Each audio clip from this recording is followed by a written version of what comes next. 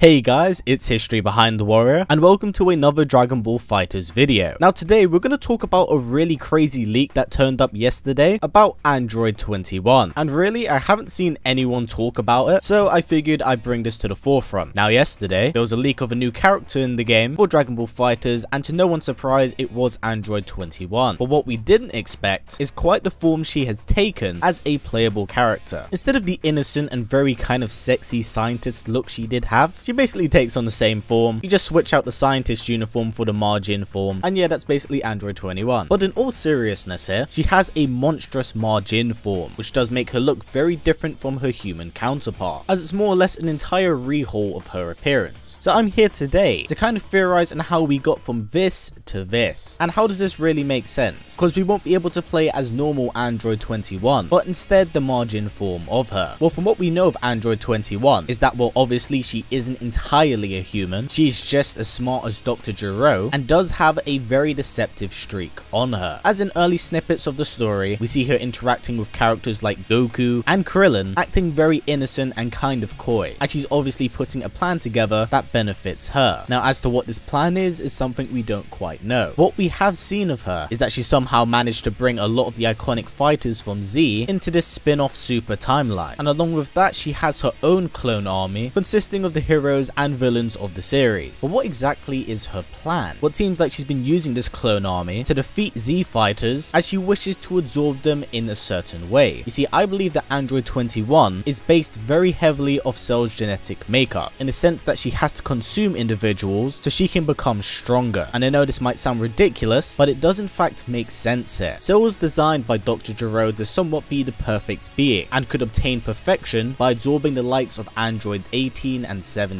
And I believe that the same rule has somewhat been applied to Android 21. Whether or not this was a modification she applied to herself is something that we don't quite know. But in many scenes within the trailers, we see her referring to other individuals in the game like they're actually food for consumption, which is something very similar to the first form of Cell, as it hungered for more power and only acquired this by drink people.